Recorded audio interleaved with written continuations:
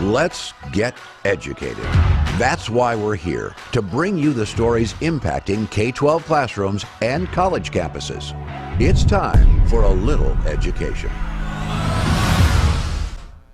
Cheers, everyone, and welcome to today's episode. Pull up a chair. Stay for a little bit.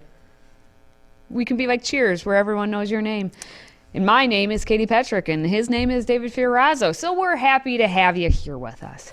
Well, all right, middle school principal in New York City has no plans to remove one of the top 10 most controversial library books in the country because she says that, graphic books about gay sex should be celebrated by all the 12-year-olds. David, of course, that's what we are told all the time. Okay, let's just get into a few of the details here on this. The email correspondence, it was with a parent, and it was a middle school principal, Elena Elster, confirmed that there she is, controversial book, This Book is Gay, which is perverse, depraved, and offensive.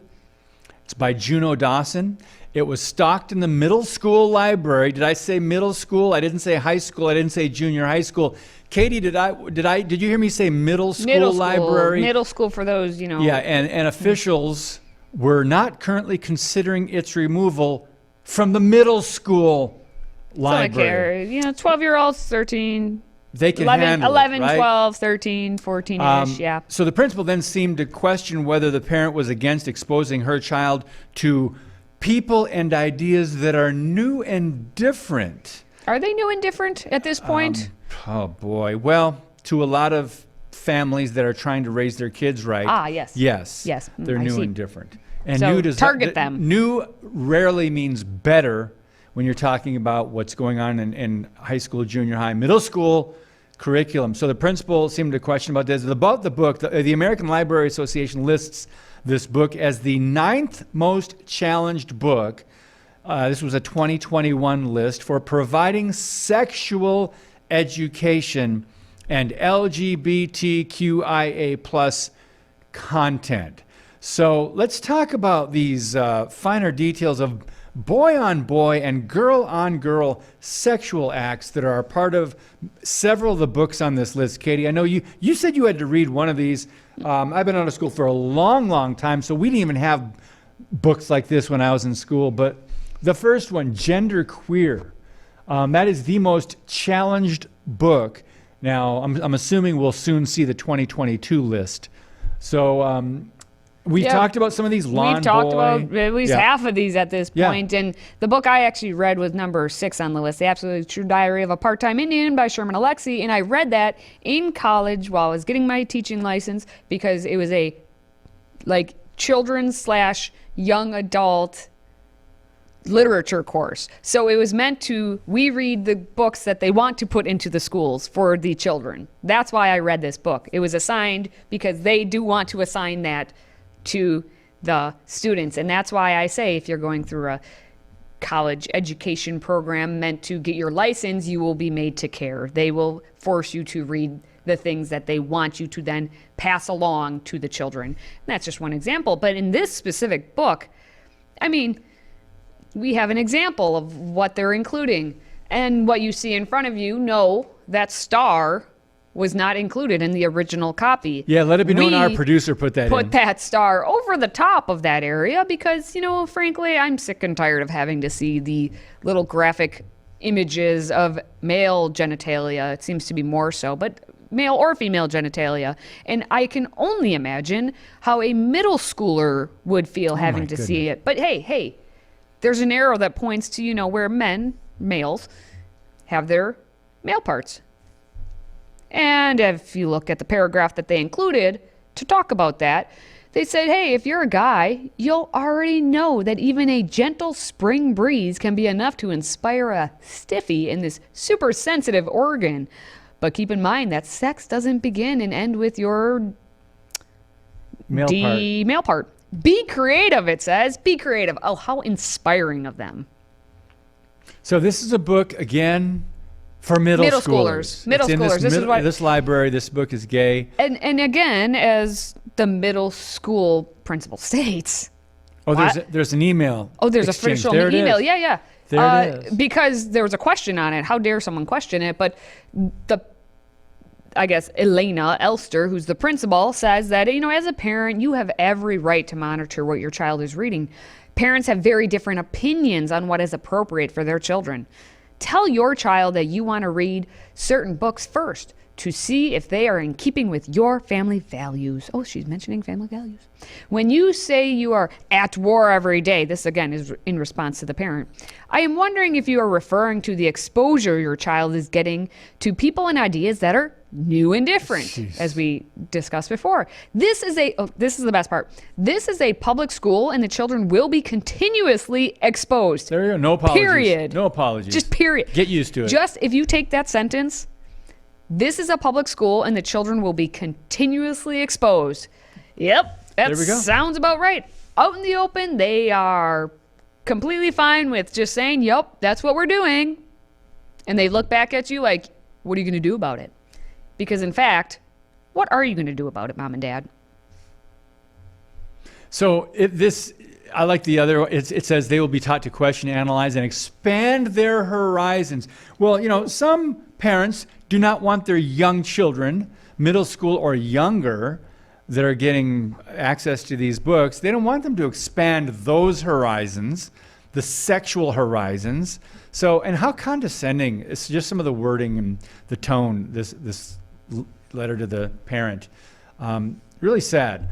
But anyway, we got to move on. Still to come, a sociology professor at Penn State tells all his students to go home and watch gay porn so that they can discover their bisexuality. Get your money back now, people. That's next.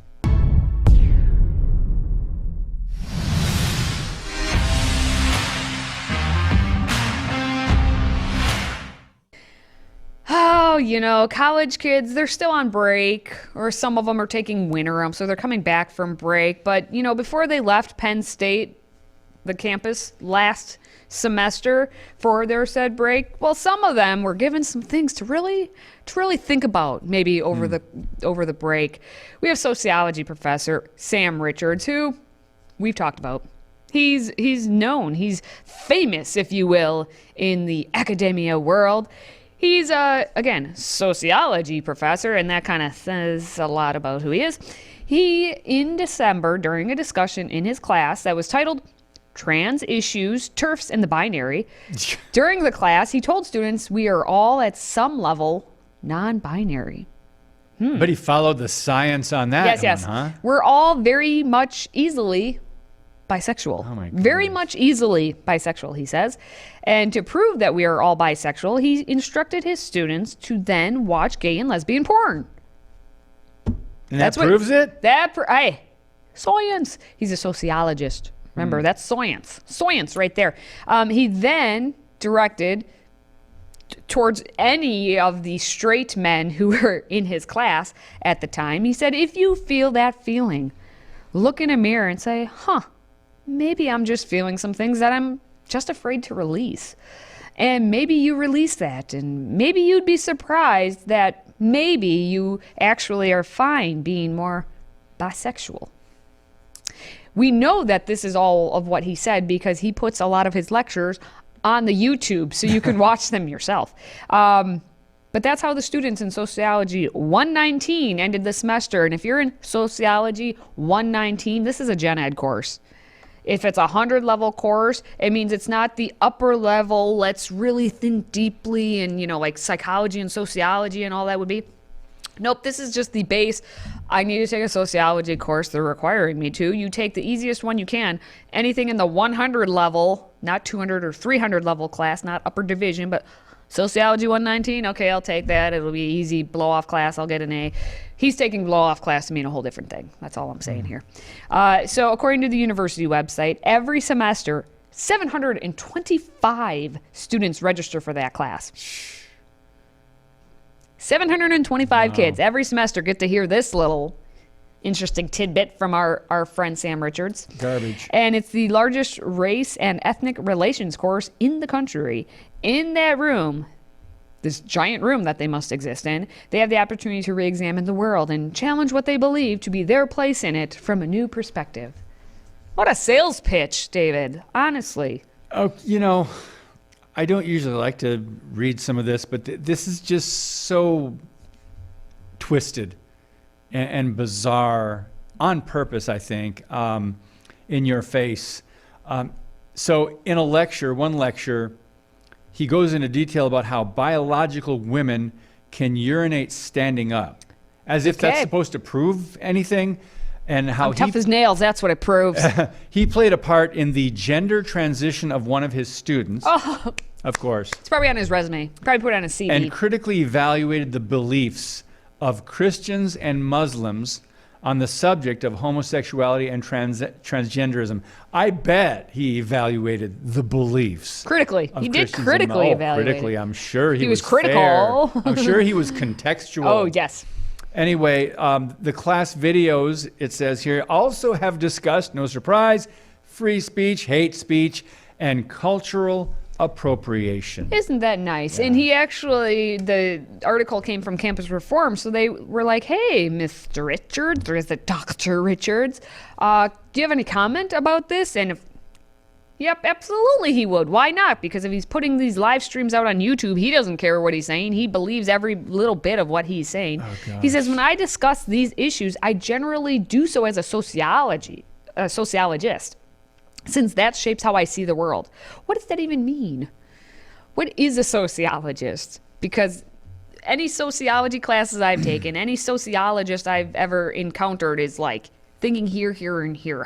What does that mean? How that shapes how you see the world. Anyway, from this perspective, he says, sexuality is actually quite complex. I have friends or acquaintances who've spent a long time in prison.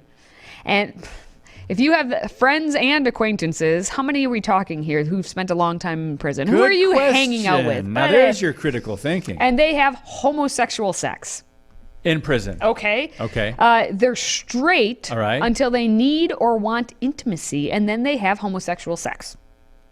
What I've seen in my life is that pretty much everyone can get aroused by pretty much anything sexual, including gay sex images or videos. And once aroused, in my humble opinion, I like how he said my humble opinion. Oh, yes. Very humble. We walked into the world of bisexuality and multisexuality. We've walked into a world of something, I'll tell you that much. Oh, we stepped in it, too, while we were walking in this world. But anyway, I feel like I have to shower now. Do you? After this segment. Yeah, it's just, this filth, you would have never considered it 50 years ago. Okay, the sexual revolution was in the 60s. All right. At this point. Yeah. So let's 100 years ago, we'll say 75 to 100 years ago. 100 years ago. Let's be safe. Yes. Our great-great-grandparents. And so here we are talking about this, things that used to be discussed in hushes and whispers in almost an embarrassing way in our society. And today they're being proudly promoted from the K through 12 education system to the liberals in media and the entertainment industry. And of course, the university system, the college professors are literally shoving this in the faces and down the throats of their students. Whether they believe it or agree with it or not, they're gonna be forced to change. Well, and that's forcing change is really what they're about. And that's because that's what you would see in the videos that he's telling them to watch is the shoving down. Anyway, we are going to end on this note, and I want at least everybody knows your name in the classroom. Exactly. I want you to get. I want to get your comments on this last thing that he said.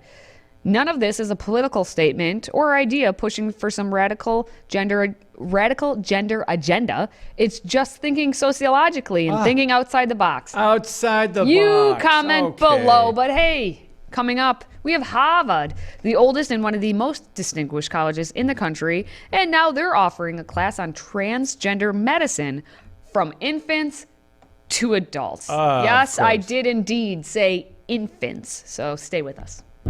Today's show is sponsored by our friends at MyPillow. Save up to 66% on pristine quality bedding, towels, slippers, signature pillows, and much more when you use the code EDUCATED. That's EDUCATED, EDUCATED. Support this show and a great American company.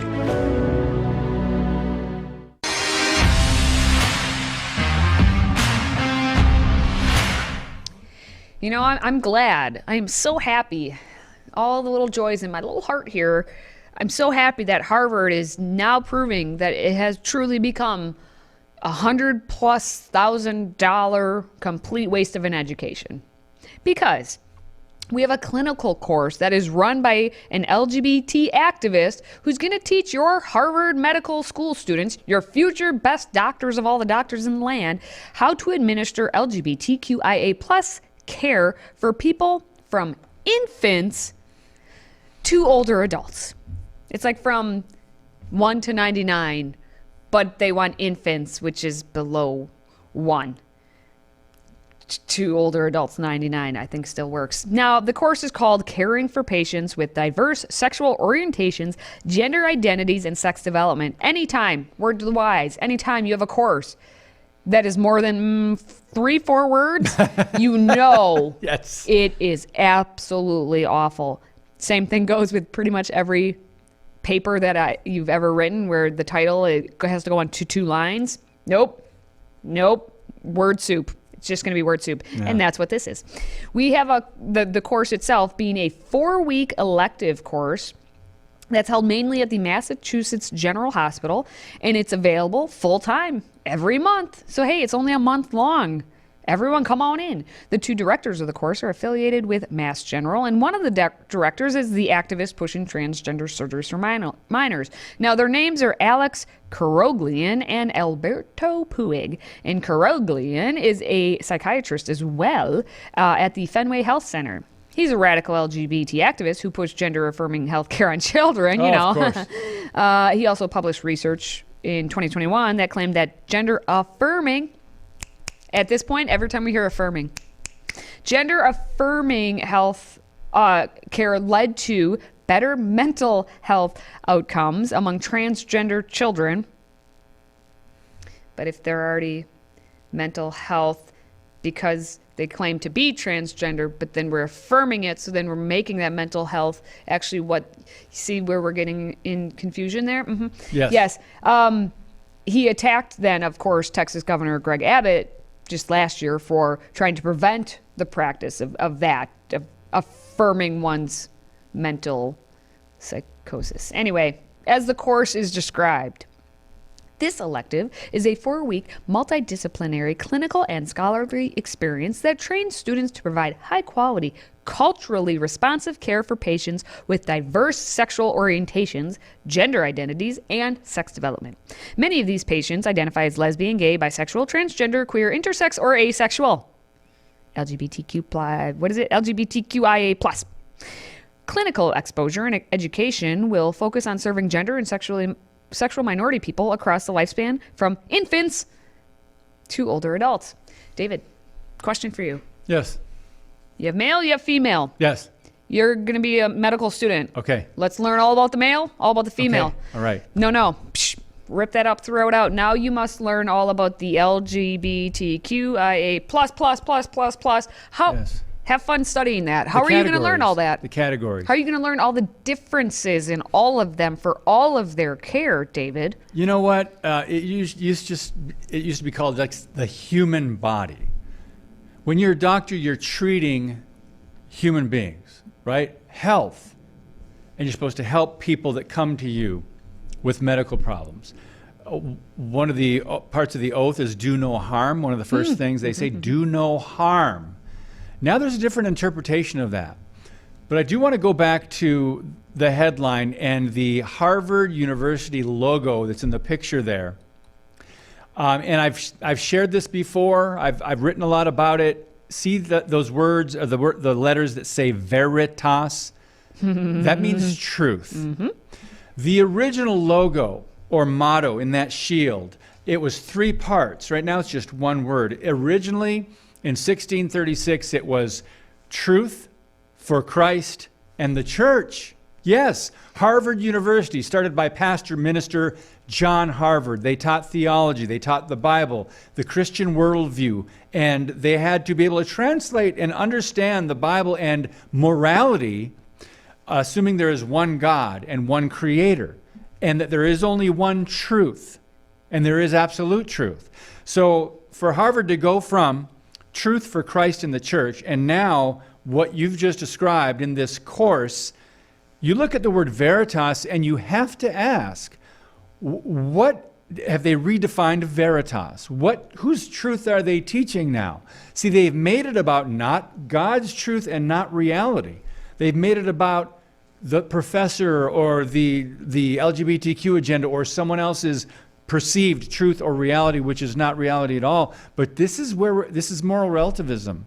All right. This is what we're going through now. Yeah. I'm going to give snaps, Affirming. but not for affirming. Snaps for David. Snaps for David. He makes truthful comments. All right, still to come. How much is too much to spend on a 1-year-old's birthday party? Well, we have one family who's facing some major criticism after forking out thousands of dollars to host a McDonald's party with more than 100 people in attendance. Stay with us. If you have a smartphone, tablet, Roku, or Apple TV, consider downloading the FreedomProject Media app. It's 100% free and includes all of our weekly shows, plus lecture series, archive programs, and award-winning animated videos for families like the Presidential Minute, Battles of America, and Heroes of the West. Don't rely on the social media giants to keep you informed. Simply download the Freedom Project Media app from your app store and allow notifications. And we'll let you know when a new video is ready.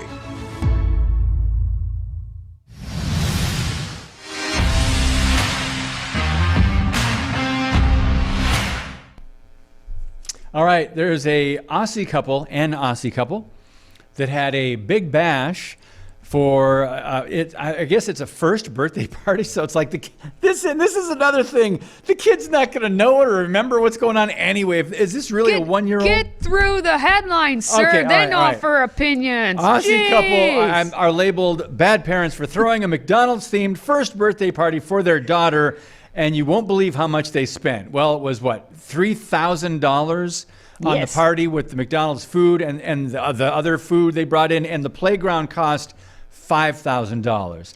Now, I'm just going to say right away, I'll give you my 2 cents. I don't care what you do. If you have that kind of money you want to waste on meaningless things like something your child will not even remember or appreciate, throw it away. But I can think of much better things you could do with your money. Katie, I'll just let you share your 2 thoughts before I get going. This is fun because when I first read this story, they spent the $5,000, by the way, before the birthday party. Oh, So it's okay. kind of played into it. Okay. But the fact that there's this much outrage over it makes me giggle because this is Australia. They can do what they have want. a lot of things going on down in Australia, so maybe they all needed a little help. But I do have friends and other people I know, family members or whatever, who did extravagant birthday parties for their 1-year-old. My children For 1-year-old? For 1-year-old, for 2-year-old, for 3-year-old. They have to be themes and everything. Why? And they spend hundreds and hundreds of dollars. This lady and this family spent thousands on, McDonald's fries, which I don't like McDonald's, but again, you can do it. Good for you. The adults in attendance will remember. No, the kid will not remember at all, but there are pictures and now this viral article basically where the whole world's talking about it. We're talking about it. We're talking about it. But I am cheap. I'm parsimonious, as we know, and so my poor children someday... Parsimonious. Word of the day. It is. It's my favorite word. My children will look back and be like, Mom, you clearly did not love us because you did not have an extravagant themed birthday party that, of course, I did not remember at all, but you spent weeks agonizing on. Oh, wait, I didn't. My friends did. Anyway, I think it's hilarious. It's insane to spend $3,000 on a 1-year-old's birthday party, but you do you. That's what we say, right? You do you. Okay, yeah. That's the phrase, isn't it? They can do whatever they want, but let's just look at what they get: hamburgers, fries, nuggets, slushies, lollies, and cake. So they're not really interested in health food, obviously. It's or a in healthy- party. It's a party. That's right. Party. All right. Well, of course, the inflatable slide. Yeah. And they did purchase the old McDonald's playground. That's interesting. So I'm not saying they're bad parents because, Some again, people are, though. That's the problem. Is some people are saying they're bad parents for doing this. Well, it's on them if they want to waste, and I believe they're wasting their money on it, even if it's a 5-year-old. All right, maybe 5 years old and up, maybe you give them a nice party that they might remember, but probably not. But at least if you're a 1-year-old, you know they're not going to have any recollection other than maybe the videos you're going to show them when they believe, when they reach teenage age, that they're not loved and nobody cares. And you're going to show them these pictures of this extravagant party you gave them she was 1 year old. And then the child will go, oh, I guess mom and dad did care because they blew $3,000 on food that was unhealthy, but they did it for me. But the older daughter is going to be like, where was my party? Oh, boy. And there will be a fight. But anyway, hey, make sure you're hitting that like button if you're watching us on social media. And please, hey, do send us your feedback on your thoughts, maybe to this story or whatever story you want, by going to stayeducated.org. Now, for David and myself, thank you for watching. Thank you for listening. And thank you for supporting this show. Until next time, stay educated.